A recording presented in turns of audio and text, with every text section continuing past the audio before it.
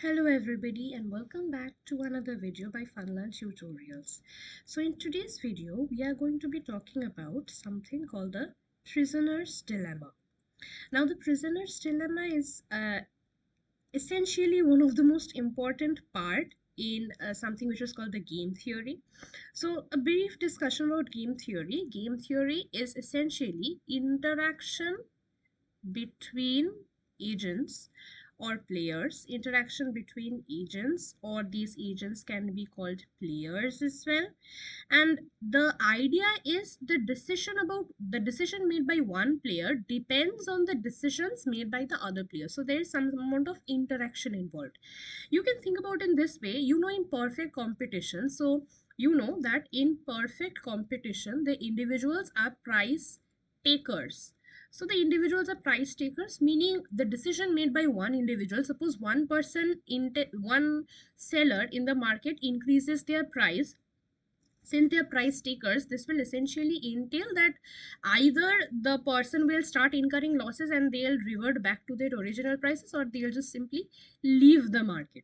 So essentially you cannot change your price just like that in your perfect competition. You have to stick to the price that is given in the market. So by that we mean by that is what we mean by price takers. Again, if you think of monopoly, in monopoly they are price makers. So again, in that case there is just one seller in the market, so there is no interaction involved because there's literally just one player in the market.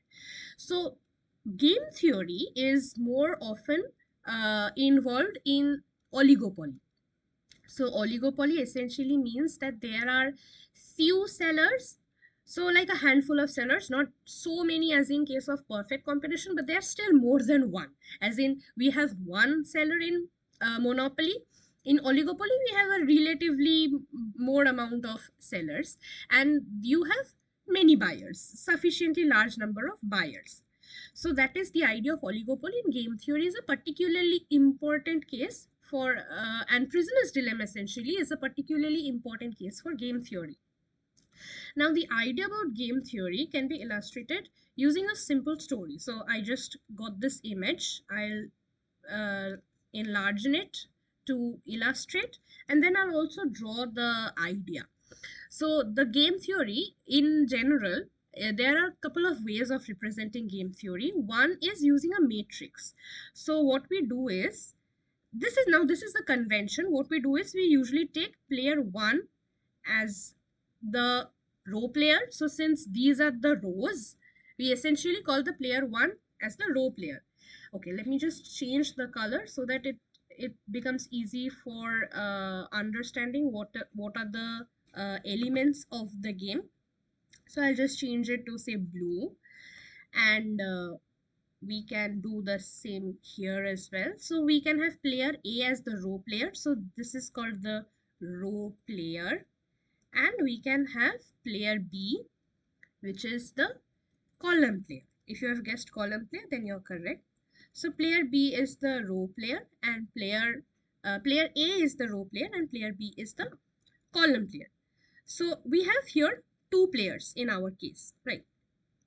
Now the idea is, these two players, we'll think about these two players as two prisoners. So you have prisoner's dilemma. These are your two prisoners. So you have prisoner B here and you have prisoner A here, similar to what we considered. Let me just give you the story first. So the story is, I'll have to refer to this diagram a little bit. So the story is, there are two prisoners. Okay, so there are two prisoners A and B. So you have prisoner A and you have prisoner B. Now they did some crime, and so you have these two prisoners, and these two prisoners did some crime and they were caught. Right, so the policemen found that these two prisoners had committed some crime and these two were caught. And what they did was, each player, or in this case each prisoner was isolated. So these two prisoners were isolated, and they were told they were told to do two things, one of the two things, and they were told to either confess that yes, you did the crime, you committed the crime. So you could either confess, the prisoners could either confess or they could simply deny. So they were allowed to deny that no, I did not do this crime, I did not do anything, I was just framed, or they could confess. So you can see here, you can't really see anything here, the printing is a bit off, but you can see that there's a confess here and there's a remain silent here. So here remain silent is basically deny. Okay, so in our case, remain silent is our deny. And you have the same two actions for both of them. So prisoner B can also confess and remain silent, and prisoner A can also confess or remain silent. Now here comes the payoff. So we have something called the payoff. What is a payoff? Payoff is essentially when you do something, the result that you get out of your action, payoff of an action, right? So when you do something, so you essentially, these two are your two actions. These are called your actions, what you can do. And what happens when you do that, the result that you get from doing that is called your payoff. So let's see what our payoffs are. The idea is if both of them confess, then essentially both of them are saying yes, we did the crime. So both of them get 5,5. What is this 5,5? 5,5 is your years in imprisonment. Okay, so here my payoff is years in imprisonment. Okay, so payoff is, in this case, payoff is a bad thing.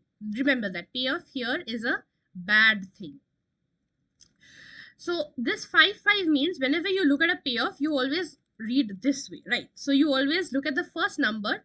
Since player 1 or player A in this case is the first player, you assume by convention that player A receives 5 and player B receives 5. Okay. Now let's move on to the next cell. The next cell here, this one, it says if player A confesses and player B remains silent, then the payoff is 0, 20. Let us look at it a bit more carefully. So here, what we can do, what we actually must do here is we should mention the actions. So we write confess here. So this row refers to what happens when player A confesses, and this happens to what happens when player A denies. So you have confess here and you have deny here. Similarly, you have confess here and you have deny here, right? So the idea is if player A confesses and player B denies, what essentially happening is player A is saying, look, we did the crime, we are guilty, we are remorseful of what we did, but player B keeps denying. So that is really mean and selfish on B's part. And one more thing that I need to mention here is, since they were isolated, you should remember that they were not allowed to discuss anything with each other. Okay, that is the idea of being isolated. So what happens essentially is player A does accept that they have committed a crime and they are remorseful of it, but player B keeps denying. So what the policemen do is, as a reward for player A's remorse, as a reward for player A being honest with themselves, player A is let go. So that is why we have a 0 here.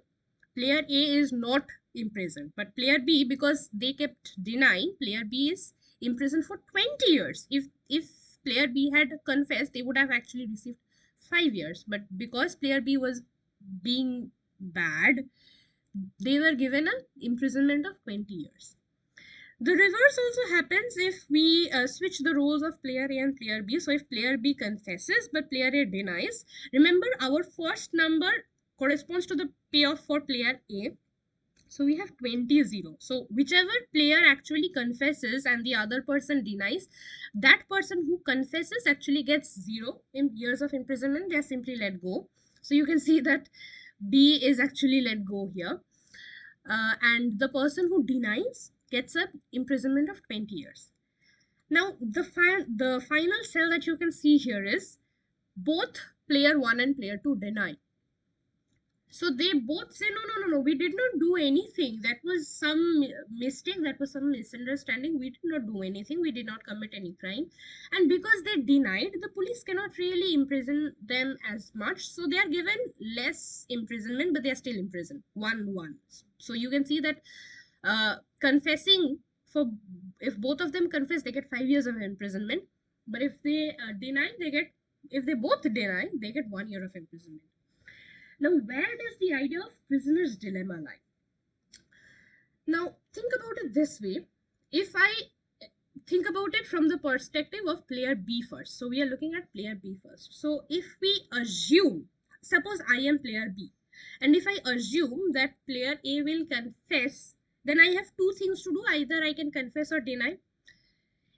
Suppose, again, I suppose that player A confesses. In that case, if I confess, I get 5 years of imprisonment. Remember, that's a bad thing. If I confess as player B, if I confess, I get 5 years of imprisonment. And if I deny, I get 20 years of imprisonment. Given that imprisonment is a bad thing, which is better? This one, right? 5 years of imprisonment is better than 20 years of imprisonment. The lesser, the better, because it's a bad commodity. So what I do is I choose 5. So what do I choose? I essentially choose that I want to confess. Given that my partner confesses, though I do not know whether my partner confesses or not. Why? Because I have been isolated. I assume that my partner confesses, and I find that for me confessing is best. Given, again, remember, given that the person confesses. Now, again, considering player B's perspective, now if I assume that the other person denies, now let us look at it. So, assuming that the other person denies, so I operate along this way, and I realize if I confess, I get 0 years of imprisonment, and if I deny, I get 1 year of imprisonment. Again, the payoff is a bad thing. It's years of imprisonment. The lesser, the better. So, 0 is less than 1. So, I go for this. So, essentially, I find if I assume that my partner confesses, it is better for me to confess. If I assume that my partner denies, it's still better to confess. So, whatever my partner decides, I'll still be better off if I confess. These types of strategies, what is a strategy? Strategy is basically my plan of what I need to do. Whatever I did, it was a planning on my end as player B, right? So this is something called a dominant strategy. Dominant strategy means no matter what you do, I'll still be better off if I do this. Now let us look at player A. So we decided on player B, and now I'll be acting as player A, and I'll assume actions on player B's part. So now I am player A. I am acting as player A. I am deciding on my strategy as player A. So if I assume that player B confesses, then I have to operate along this column. Now I'll be looking at player A. So my first payoff is relevant. First number in the payoff is relevant. So I compare between 5 and 20. Again, the payoff is a bad thing. It's years of imprisonment. So the lesser the better, which means 5 is better than 20 because 5 is less than 20. So I choose 5. So player A chooses 5, given that player B confesses. Similarly, if player B denies, then I have to compare between 0 and 1. The payoff is a bad thing. So the lesser the better. So I choose 0. So what does it essentially mean? It means, again, whether my partner denies or confesses, I am always better off if I choose to confess. See, when the player B was confessing, player A found 5 to be better, so the player A would confess. Similarly, if player B were to deny, player A would choose 0 over 1, so player A would again confess. So you can still see that for player A as well, confessing is a dominant strategy. Right, confessing is a dominant strategy. Then where is the dilemma? Both of them know what to do, right? Both of them, what will they do? They'll both decide that, look, whatever the other person is doing, I'm always better off if I'm confessing. So let me just confess. Let me just say that yes, what I was doing was wrong. I am remorseful. I want to. I do not want to repeat this mistake again. I confess. The dilemma lies in the fact that the this isolation is essentially driving the result because neither of them know what the other person is doing. Their entire action is based on assumption about what other players are doing. Remember, I used to assume when I was deciding on player B's actions, I assumed what player A was doing. So you see, because both of them are assuming each other's actions, they are operating on this cell 5 5. They are both confessing. Is this the best outcome? Is this the best that they could have achieved given the payoff? No, this is not optimum. Then what is optimum? The optimum is they both receive 1 year of imprisonment. Had they both been able to discuss their decisions, had they both been able to decide and discuss and sort of coordinate between their actions, they would have both denied, because they would have got just 1 year of imprisonment. Again, remember, the payoff is a bad commodity. It's years of imprisonment. One is better than five, because 1 year of imprisonment is better than 5 years of imprisonment. Had they been able to um, uh, coordinate their actions, they would have chosen this. But because they cannot, they are choosing 5 years of imprisonment. They end up choosing 5 years of imprisonment. So the situation is such that it drives the system to a suboptimal outcome. So the system is driven to a suboptimal outcome. And this is what we refer to as the prisoner's dilemma. The prisoners had a better option to do. They had something better that they could have done, but because they do not trust the other person, because they are not allowed to discuss their actions, they end up choosing something which is non-optimum. This is the idea of prisoner's dilemma.